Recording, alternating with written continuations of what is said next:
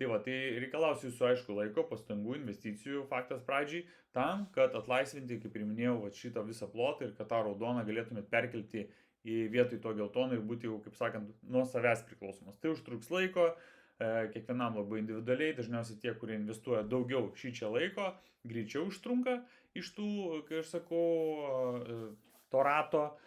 Tie, kurie dažniausiai neištrunka tie, kurie neplanuoja, jie nežino, kada tai padaryti, nežino, kur tai daryti ir toksai galvoja, kad kažkaip ir nori, bet kai reikia daryti kažkokį tai veiksmą, išsitraukti į kalendorių, nežino, kas tas kalendorius yra.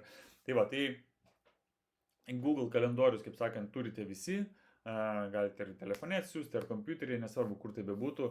Tai tikrai yra pakankamai paprastas dalykas ir tiesiog planuoti savo verslą, savo veiklą, kada tu tai galėsi ir ar tu iš vis nori. Nes kartais pagalvosi, gal tu geriau savaitgalį pagulėti, pašvest, kažkur tai išvažiuoti ir panašiai. Ir vėlgi tai yra viskas gerai ir tiesiog kiekvienam savo prioritetai.